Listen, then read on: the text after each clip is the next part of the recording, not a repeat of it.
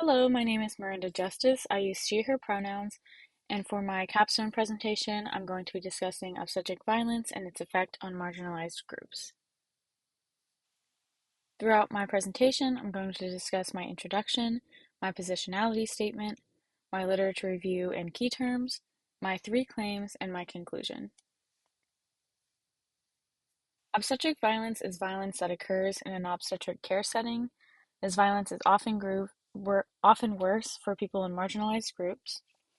Obstetric violence is perpetuated by epistemic injustice, implicit bias, and sexist stereotypes about birthing people, especially those who are already at an increased risk, which can cause significant pain, trauma, and even death to the patient. The medical field needs to educate professionals in the art of virtuous listening, awareness of their implicit bias through an intersectional lens, and seeing people as unique individuals as opposed to group members. I have been both a patient and a volunteer at Planned Parenthood. I've loved my experience with both of those, and that has caused me to begin looking more into advocating for equitable healthcare. I also have a family member who's a person of color, and we've had a lot of in depth conversations about inequity in reproductive healthcare. I have another family member who's a white nurse practitioner. She was taught in nursing school when drawing blood on people of color, she didn't have to be as gentle and that they had tougher skin, so it wouldn't hurt if she had to be a little rougher. And this is showing that these racial stereotypes are still extremely prevalent in the medical practices we have today. I'm also a disabled woman. I have an autoimmune disease and it took me about 9 months battling with my doctor to actually get my diagnosis. It takes a lot of people a lot longer. I am very fortunate in that they found it quickly and that I was able to recover really quickly. But I was silenced for about 6 months trying to talk to my doctor and convince him that I needed this testing. And this has caused me to also begin looking more into gaslighting and silencing of people's voices for their own healthcare. I'm going to be discussing some ideas and some terms that are prevalent throughout my paper and throughout articles that I found. Obstetric violence is characterized as any violence or any intentional pain or trauma inflicted on somebody in an obstetric care setting. This can include unauthorized procedures such as forced sterilization, forced C-section, or forced abortion. These practices have been happening for centuries. This isn't new, and it's especially prevalent in people from marginalized groups. Epistemic injustice is about a person of an assumed higher power and knowledge status taking advantage of somebody from an assumed lower knowledge status and using their additional knowledge against someone to inflict some sort of pain. This can include gaslighting and silencing. Sometimes this gaslighting can be intentional, but it can also be unintentional. Intentional gaslighting can include trying to just say that women are overdramatic and not listening to them and saying that there's no way they can be in this much pain. Unintentional gaslighting can look like telling someone who's just been through a very traumatic birthing experience that they're lucky to be alive or that they're lucky their baby survived when that's just discounting everything that they've just been through. Virtuous listening is Miranda Fricker's solution to epistemic injustice. It is the art of listening to somebody's experience with your full attention and taking that knowledge to share to create more equitable healthcare in the future. Implicit bias is about automatic thoughts. It's about what a person is taught growing up.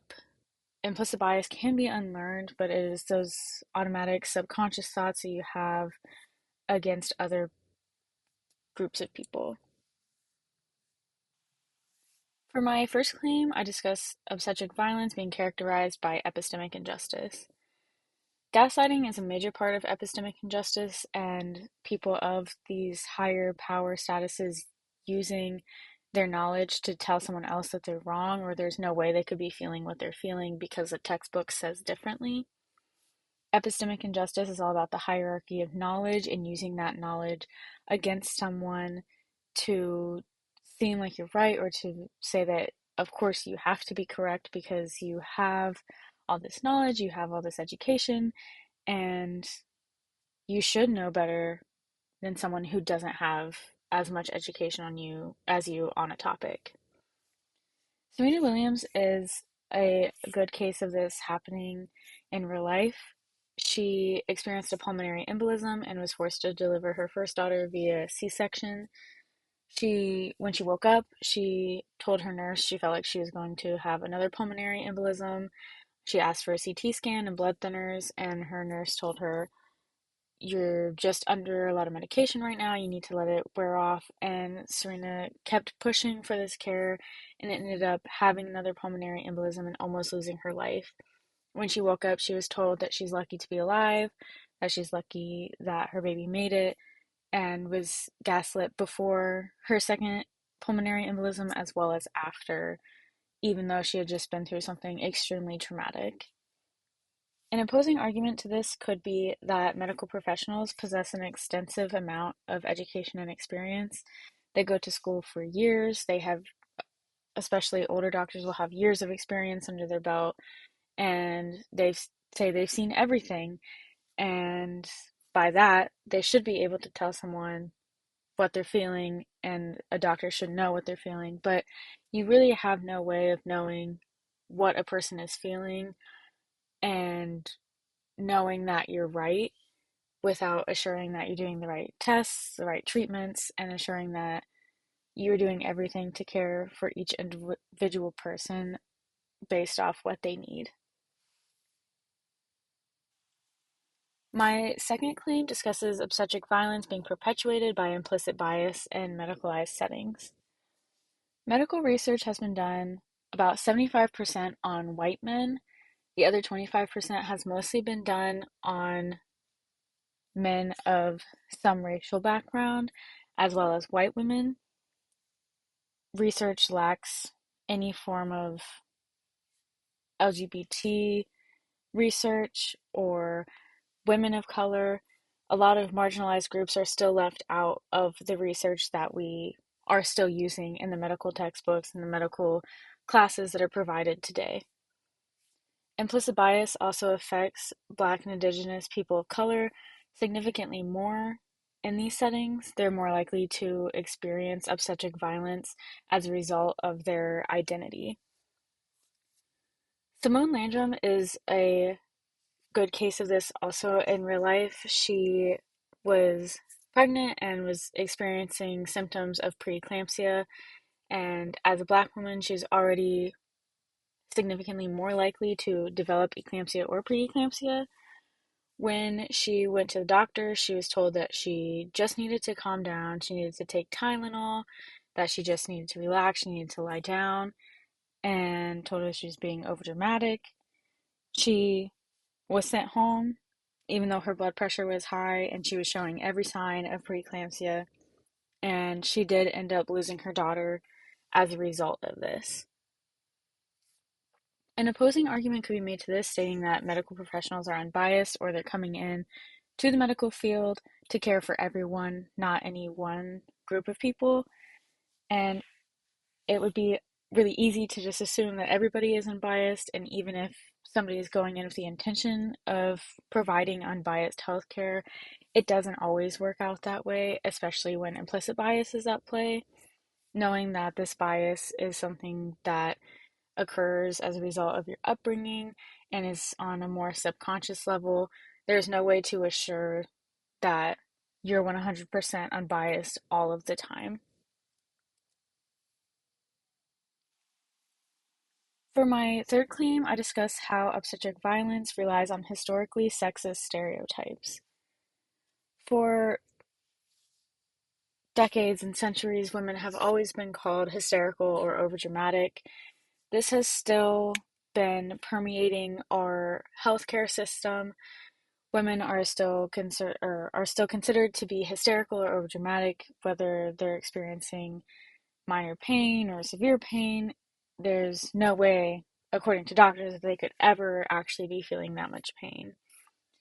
The term hysteria dates back to over 300 years ago and it was defined as women feeling pain basically that men didn't have. So any period cramp or birthing pain was automatically hysteria.